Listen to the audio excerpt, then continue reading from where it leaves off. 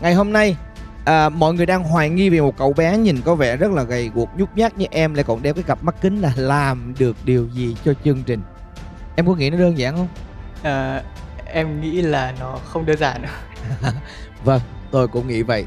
Và để biết được cái độ phức tạp của nó cỡ nào, mời quý vị hướng mắt về màn hình. Thử thách ma trận số nguyên tố. Một ma trận số khổng lồ bao gồm 1380 con số. Mỗi ban giám khảo lần lượt đưa ra một con số để hợp thành mật mã gồm 5 chữ số. 5 chữ số này sẽ được cài làm mật khẩu mở khóa của 5 ổ khóa. Giám khảo khách mời sẽ giấu mật mã 5 chữ số này tại một vị trí bất kỳ trong ma trận số khổng lồ. Máy tính sẽ tự động tạo ra ma trận khác bằng 7 số nguyên tố để giấu mật mã này. 7 số nguyên tố này lần lượt nối nhau bởi các đường thẳng. Chỉ có duy nhất 2 đường thẳng vuông góc với nhau. Điểm giao nhau giữa 2 đường thẳng vuông góc này chính là vị trí của mật mã cần tìm. Người khiêu chiến quan sát ma trận số để tìm ra được mật mã và mở được 5 ổ khóa tương ứng sẽ giành chiến thắng.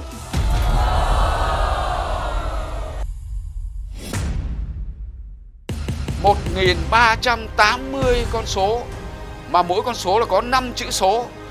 Wow. Mọi người phải hiểu là cái cảm giác mà nhìn thực tế nguyên cái ma trận đó là nhìn vô là chỉ có rối và rối thôi, không thể nhìn ra được cái gì khác luôn á. Để tìm ra cái điểm duy nhất đó, tôi sẽ đưa ra một cái bảng. Trong đó sẽ có một con số có 5 chữ số. Chúng ta là người điền đại vào trong đó, mỗi người một chữ số. Sau đó cái số đó chúng ta giữ bí mật. Và bạn phải dùng cái đầu nhỏ bé này tính toán làm sao đi tìm ra được cái giao điểm, là cái con số mà chúng ta cho trong 1380 con số này. Ngoài cái chuyện là bạn ấy thông minh, bạn ấy giỏi về cái này rồi, thì cái trí nhớ nó phải kinh khủng. Thưa quý vị, để làm khó bạn hơn một tí, chúng tôi hôm nay có mời đến đây một chuyên gia, nhà nghiên cứu toán học lỗi lạc nổi tiếng của Việt Nam của chúng ta.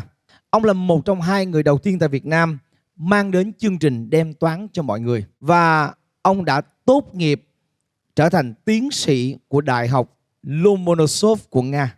Và thưa quý vị, năm 2015 vừa rồi, ông vừa được mời đi giảng dạy cho cái lớp toán học nâng cao của các nước như Myanmar, Philippines và Ả Rập Saudi. Thưa quý vị, chúng ta sẽ cùng chào đón tiến sĩ toán học Trần Nam Dũng, Phó Hiệu trưởng Trường Phổ thông Năng khiếu Đại học Quốc gia Thành phố Hồ Chí Minh. Xin mời.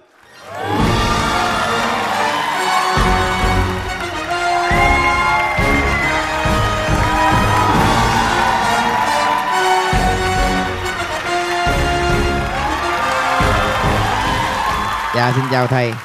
Rất là vui và vinh dự khi có mặt của thầy ở đây, rất là giá trị cho chương trình. Và cái sự nhận lời tham gia của thầy nó làm cho tụi em cảm thấy rất là xúc động. Không biết là thầy có cái chia sẻ gì khi mà thầy nhận lời tham gia chương trình này không ạ?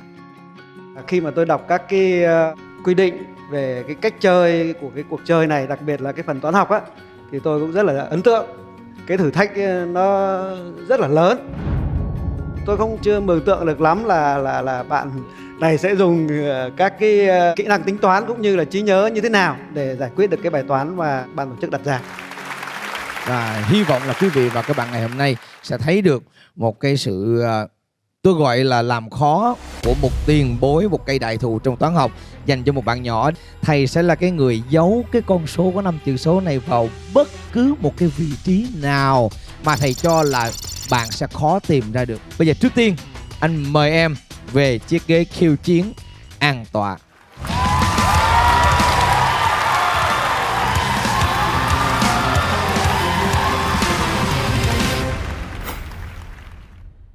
Xin hỏi chị Lily, chị nghe qua thì chị cảm thấy cái này nó khó hay dễ à? Đối với tôi, con số là những cái gì đấy không tưởng. Nhìn thấy những cái con số hoa hết cả mắt.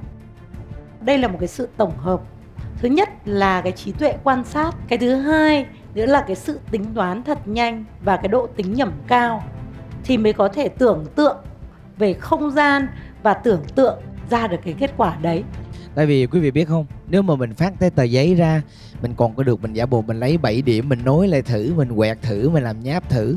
Còn cái này là nó không có một cái gì hết trơn, mình chỉ ngồi mình nhìn lên cái màn hình và tự nhớ tất cả những cái đường thẳng mà mình đã nối. Vậy thì không biết là anh Sâm, một cái người thì cũng gọi là hay nghiên cứu về toán học rồi văn học, thì em không biết là anh nghe xong cái đề anh có bị nổi da gà giống em không? Tôi thì tôi nghĩ là cái gì nó cũng có một cái logic nào đấy của nó. Không biết là cái số nguyên tố nó có cái gì không thì không biết. Kể cả nó có đi chăng nữa thì cái việc mà tìm trong 1380 cái con số như thế thì tôi không biết là cái này nó có mang tính khoa học hay nó mang tính tâm linh hay là ngoại cảm nào đấy. Bây giờ mình không biết xếp nó vô đâu phải không Tôi ạ? không biết, tôi không hình dung ra. Bây giờ em mới hỏi anh Nam, không biết là đối với anh thì cái này là nó khó nhiều hay khó ít ạ? Tôi cũng đang suy nghĩ xem bạn Huy Hoàng sẽ có thể sử dụng những cái chiến lược như thế nào để có thể tìm ra được cái đáp án. Bản thân cái số nguyên tố nó là duy nhất nhưng mà cũng có một số những cái đặc điểm để chúng ta xác định được đấy là cái số nguyên tố hay không. Và cái thứ hai nữa là khi mà gọi là có thể nhìn ra được một số nguyên tố thì cái điều khó mà bạn ấy phải làm đấy là phải gióng được các cái hàng, xem là ở cái hàng ngang và cái hàng dọc đó thì là còn có cái số nguyên tố nào nữa hay không để có thể là xác định ra được cái mã khóa. Còn khi mà chúng ta mà đối diện với cả một cái bảng số liệu mà rất là nhiều như thế này thì chính bản thân tôi thì tôi nghĩ rằng tôi không làm được.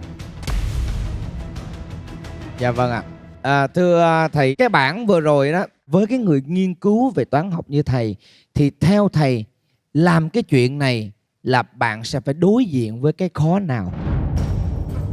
Nếu như chúng ta cho chúng ta một số và chúng ta kiểm tra xem có phải là số nguyên tố hay không thì nói chung cũng không phải là quá khó trong vòng 1 phút. Vậy là nó có một cái cách tính riêng của nó để mà Vâng, tìm thì ra. mình cứ chia thôi. Dạ thưa thầy, chia là do cái đầu mình nhanh hay là nó có một cái cách nào mà để tìm ra nhanh không thầy? Ví dụ như tôi sẽ chia bình thường thôi chứ không có cái quy luật gì đâu. Còn những cái người mà chia nhanh ấy thì họ có những cái logic.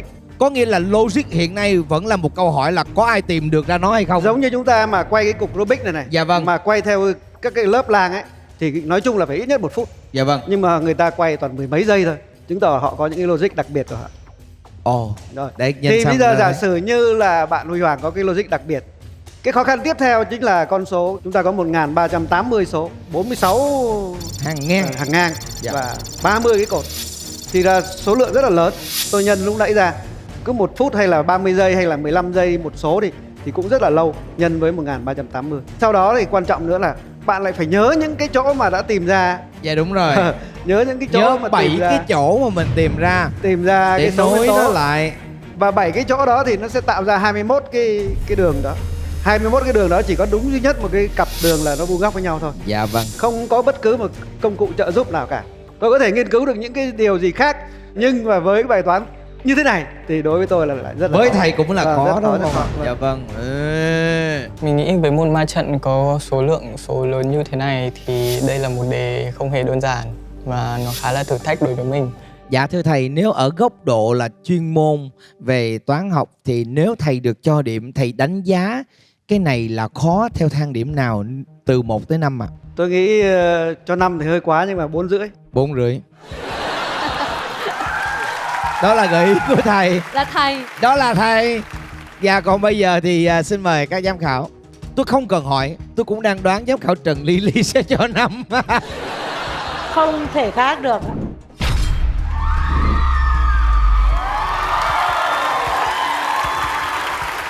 Giám khảo Lại Văn Sâm, người đàn ông hứng chịu mọi gạch đá, sẽ đóng vai ác lần nữa hay chăng?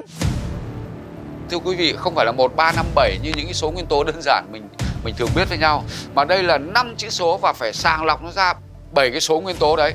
Trời ơi, tôi cho điểm tuyệt đối, điểm 5.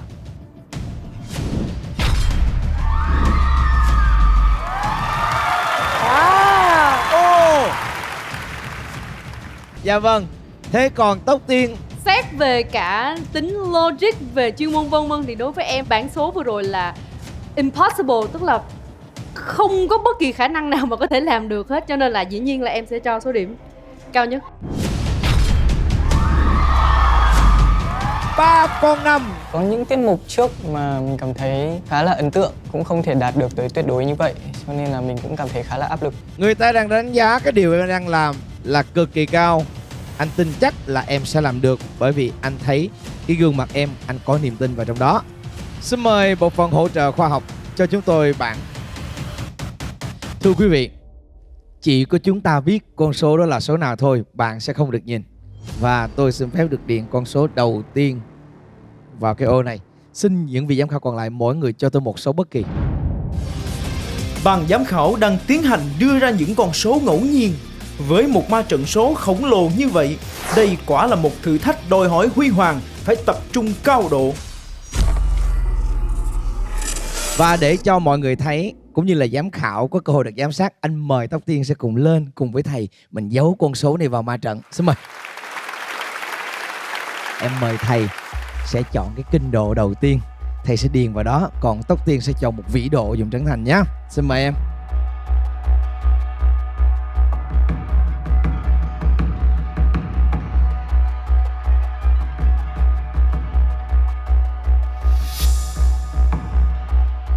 Mời Tóc Tiên, em sẽ điền vào một vĩ độ.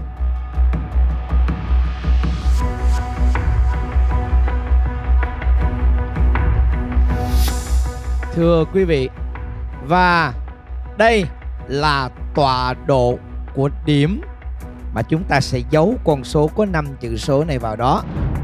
Và một lần nữa tôi xin được nhắc lại là ở đây có 5 cái ổ khóa trưng cho đẹp.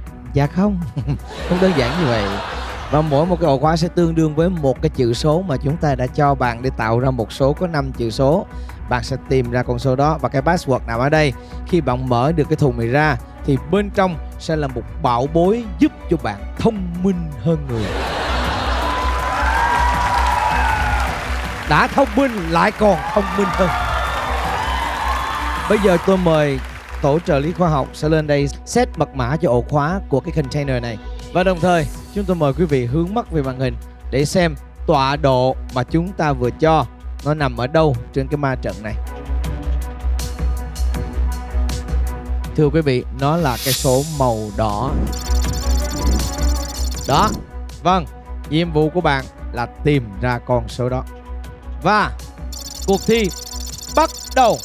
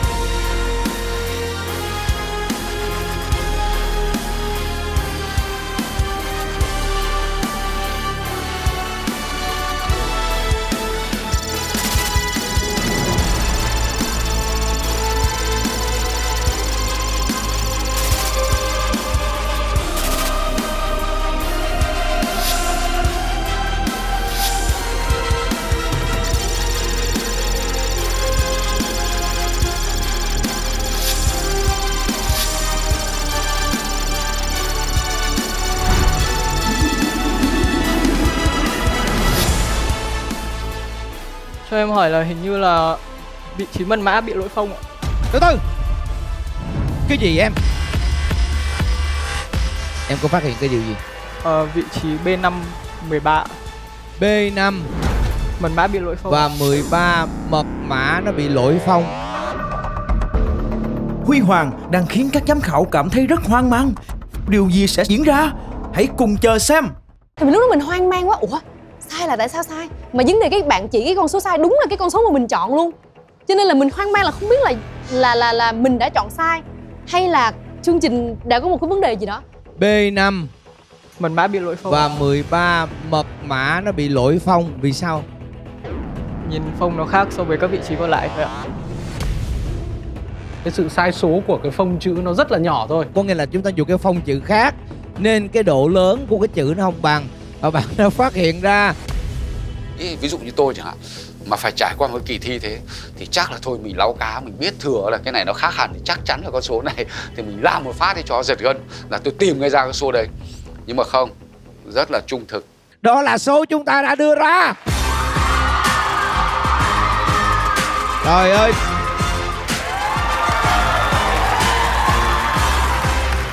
Nhưng vì đây là lỗi của cái người set máy, khi người ta set cái form chữ này nó khác nên vô tình để cho bạn nhìn thấy được. Tôi không tin rằng là vì là cái phông nó thay đổi một chút cho nên là bạn ấy chú ý và bạn ấy tìm ra đấy là cái chìa khóa đâu. Mà có lẽ là bạn ấy đã tìm ra được một số nguyên tố và bạn đã tìm ra được cái chìa khóa theo đúng cái nguyên tắc của chương trình đưa ra rồi. Lúc đó thì mình khá là bối rối cho nên là mình lại đi tìm các số nguyên tố từ trái qua phải. Khá là ngẫu nhiên là khi mình tìm theo cách này thì mình lại tìm ra được khoảng 3 đến 4 số nguyên tố ngay khi vừa mới bắt đầu. Thưa quý vị, lỗi của chương trình, chúng tôi ngàn lần xin lỗi em. Anh có công nhận là anh thấy như vậy là bạn quá thật thà. Thiệt, thú vị quá, tôi thích mấy cái này quá. Có mặt trong chương trình này nở mày nở mặt quá. Tôi rất là ấn tượng bởi vì ngay lập tức trong 3 phút thì bạn đã nhận ra cái bản sai của cái hệ thống máy tính của chúng tôi. Chứng tỏ là cái tốc độ đi tìm của bạn rất là nhanh, rất là đáng ghi nhận luôn. Và điều đấy chứng tỏ rằng bạn đã nhìn thấy tất cả những cái đáp số có thể xảy ra. Thưa quý vị, vì bạn nhỏ đã phát hiện ra quá nhanh và cái con số đó đúng là lỗi do cái người setup, chúng tôi xin được một lần nữa cài lại một số mới. Ngay lúc này, ban giám khảo tiếp tục đưa ra một mật khẩu hoàn toàn mới. Đây chính là lúc Huy Hoàng thể hiện bản lĩnh của mình. Chúng ta hãy cùng chờ xem. Đây là tọa độ mà thầy Dũng với lại Tóc Tiên vừa cho. Và thưa quý vị, ban trợ lý khoa học đang cài lại password mới. Ghê quá, tôi sợ quá cái này, nổi da gà. Nó thấy ghê quá. Hơn phim á. Ồ, nó thấy ghê quá, y như phim Mỹ mà. Cái màn hình này là mình chỉ thấy trong phim mà trinh thám hay là action movie gì đó thôi à. Và tôi xin mời hệ thống cho chúng tôi thấy tọa độ mới vừa được ấn định.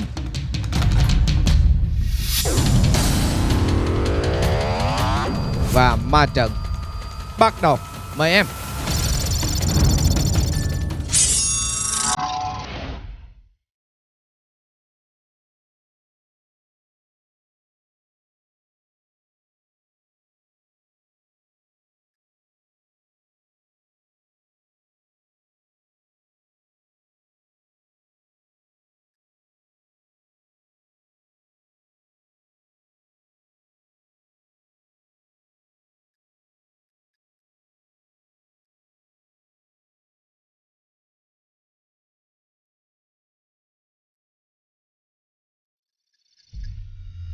Ngày xưa tôi học tôi sợ cái môn này lắm.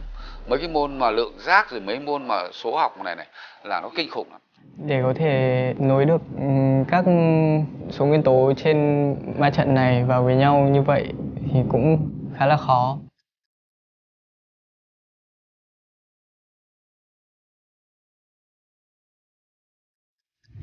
Tức là khi mà làm thế là các bạn sẽ phải nhớ tọa độ của cả 7 và sau đó thì là tìm ra được hai cái đường vuông góc với nhau để xác định cái tọa độ. Nhớ nữa. Dạ vâng. Nó có cái quy luật Nhưng mà thầy. Nó có không có quy luật gì không đâu. có quy luật gì. Có bao nhiêu số tất cả như thầy nhỉ? Số nguyên tố thì vô hạn mà. Vô hạn đúng không? Dạ. Tức là cái óc xử lý rất là nhanh tất cả mọi thứ. Trong cái thử thách của Huy Hoàng thì những người giỏi toán thông thường chưa chắc đã hoàn thành được cái nhiệm vụ. Còn liên quan đến cả vùng trầm đấy là thị giác, tại vì là bạn này coi như là phải Quan sát scan nữa. một cái tốc độ cực kỳ nhanh về các cái con số này Quan để sát mà và đưa ra tưởng tượng. để mà lưu ảnh. Đó, nên giống như máy scan.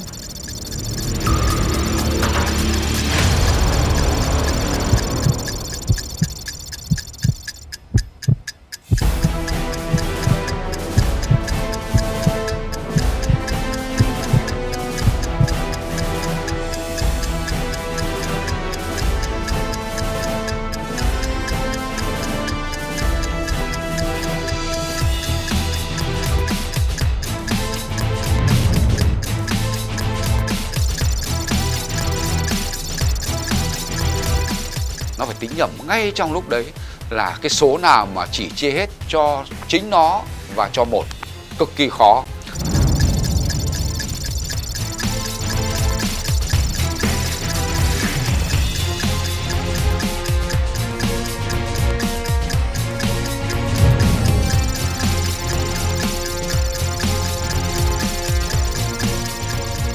Có thể nói rằng là tốc độ xử lý của hệ thần kinh liên quan đến năng lực tư duy về số học, bao gồm có cả là tính toán, ở trong đây cụ thể là các cái phép chia để xác định ra được các cái số nguyên tố.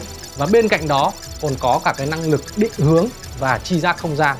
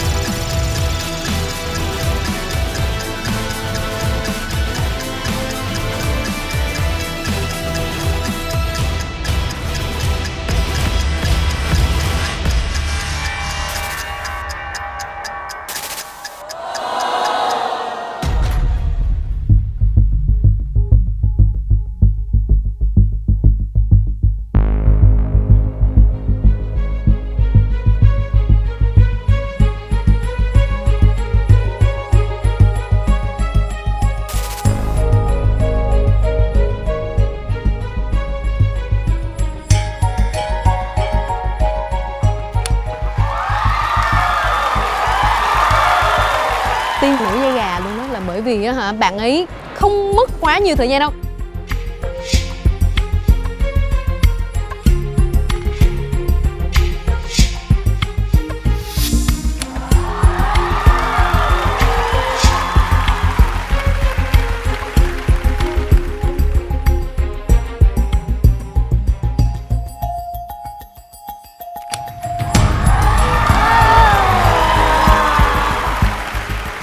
Thôi rồi, không còn gì để nói nữa rồi. Nó khó tả lắm thưa quý vị.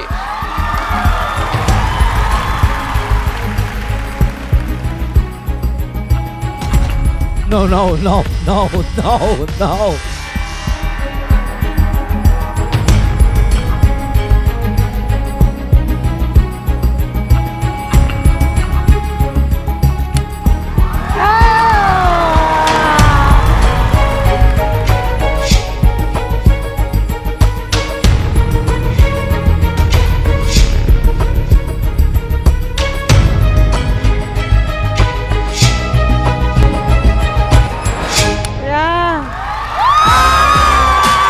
Thử thách thành công. Mắt mũi trợn hết cả lên và không thể tin được những gì nó đang diễn ra trước mặt.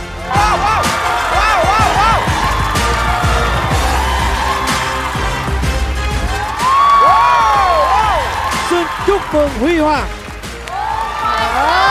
Và đây là phần thưởng của Huy Hoàng.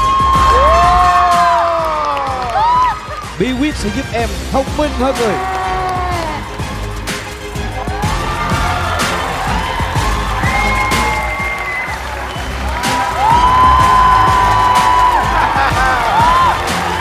Xin chúc mừng Huy Hoàng. Quá Không, ngưỡng mộ, thật sự rất là ngưỡng mộ em.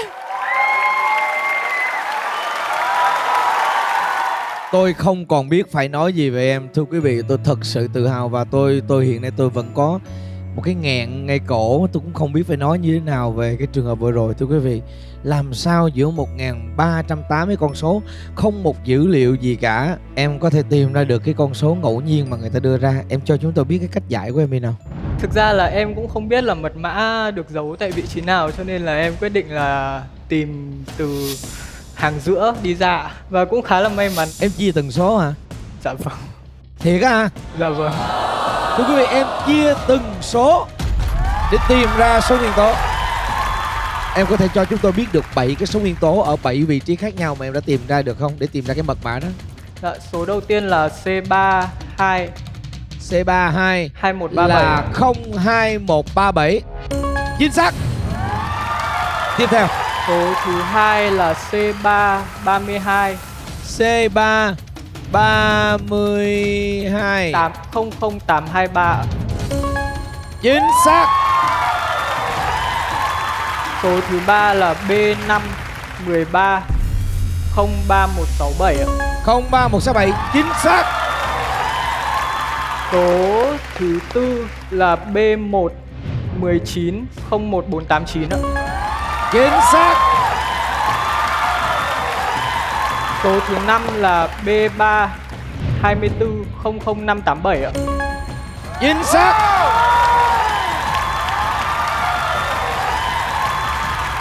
Số thứ 6 là D1 600977 ạ. Chính xác. Số cuối cùng là D5 1909341 ạ. Và chính xác. Thưa quý vị, và ma trận của chúng tôi từ 7 điểm đó được tạo ra như thế này.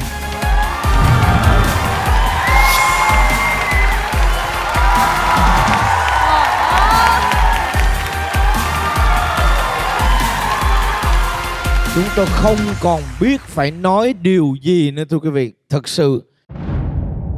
Thưa thầy Dũng, là một chuyên gia toán học, thầy cho em biết cái cảm xúc của thầy cũng như là thầy đánh giá như thế nào về phần thi vừa rồi của em ạ? Thực sự là cũng không thể tin nổi là trong một cái khoảng thời gian ngắn như vậy mà em lại có thể là thực hiện tính toán như thế và tìm ra. Lúc nãy thì em cũng có nói ý là may mắn, nhưng mà thực ra thì tôi nghĩ là đây không có yếu tố may mắn, nó chỉ đúng một chút thôi. Còn ở đây là chắc chắn là do khả năng tuyệt vời của em. Xin chúc mừng. Thằng nhỏ nóng luôn nè. Thưa quý vị, và thời gian bạn ấy thực hiện được thử thách này là 31 phút, vượt kỷ lục của thế giới.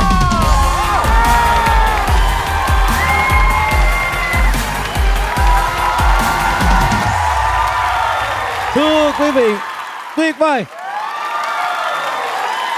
Không ít hơn 5 lần tôi thấy nhà báo Lại Văn Xâm siết chặt tay và gồng mình lại. Vì sao vậy thưa anh? Tôi đã cho 5. Độ khó của nó, và thực tế mà nói nếu như có độ khó hơn tôi cũng sẽ cho cao hơn là 5. Và tôi xúc động. Tôi hình dung ra một cái bức tranh của mùa thứ nhất siêu trí tuệ Việt Nam năm 2019 sẽ đại diện cho các trí tuệ của Việt Nam thi đấu với quốc tế. Trong đó ước gì có 2 hoàng, Việt Hoàng và Huy Hoàng. Tôi từng như thế này, bàn chân nhỏ bé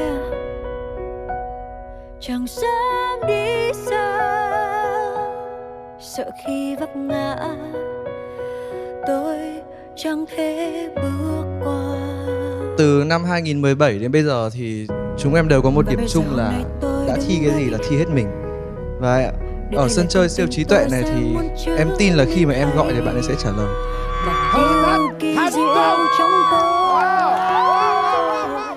Tôi cảm thấy tự hào. Cảm ơn các cháu rất nhiều.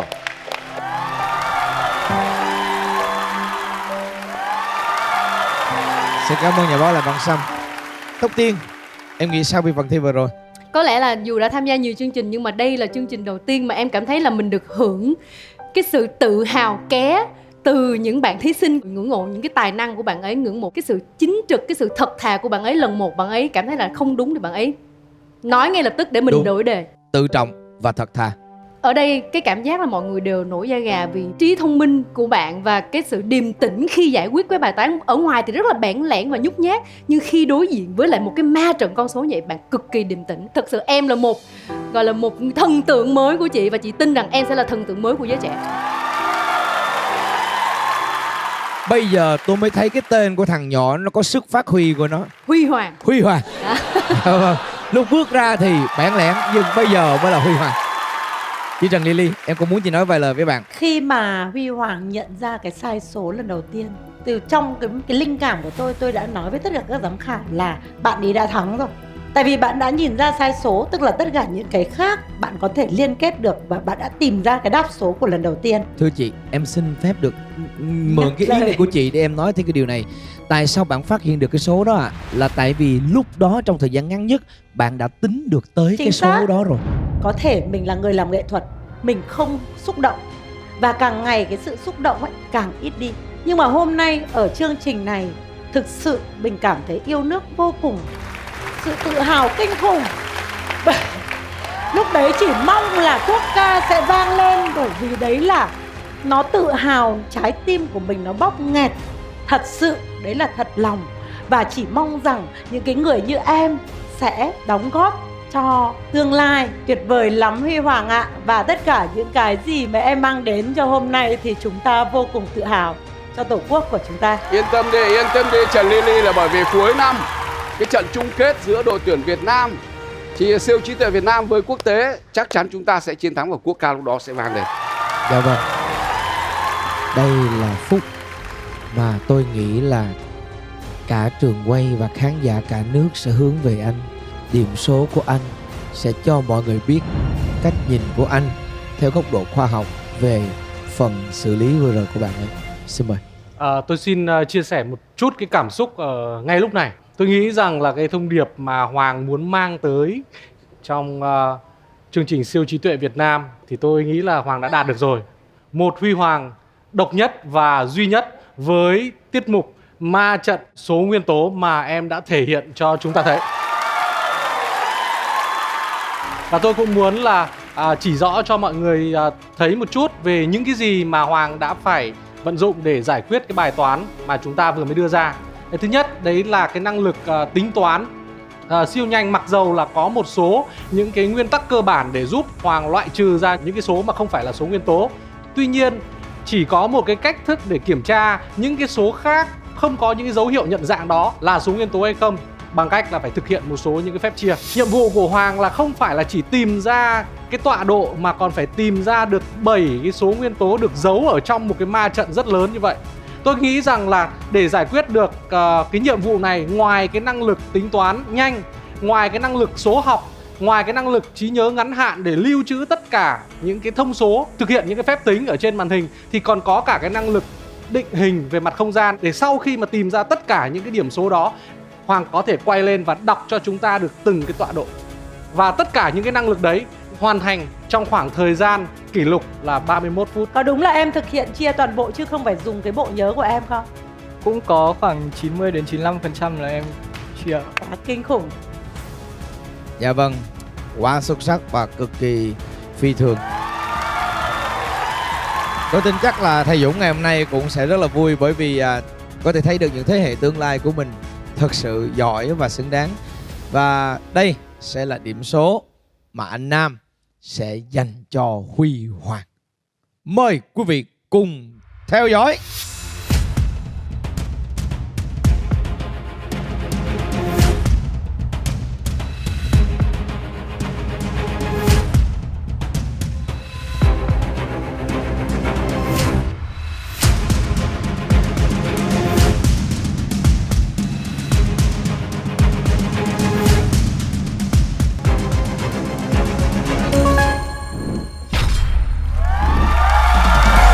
Một 120 thưa quý vị.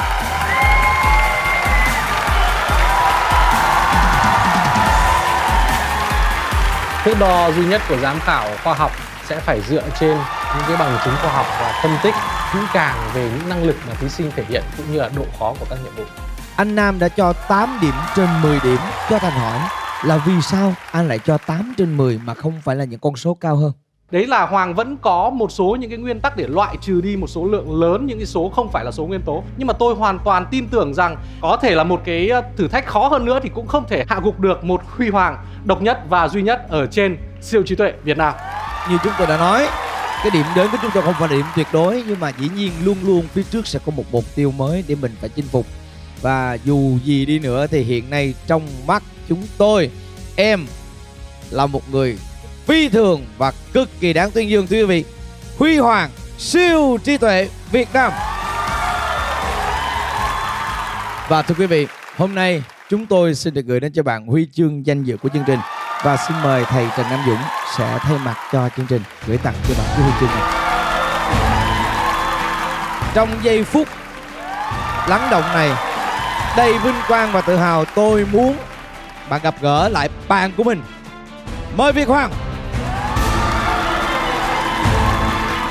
Những người bạn tốt với những nẻo đường mới luôn luôn phải tìm đến đỉnh cao của nó.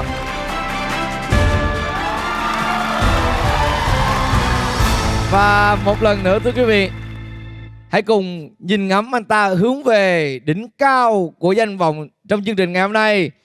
Huy Hoàng, thành viên mới của biệt đội siêu trí tuệ Việt Nam.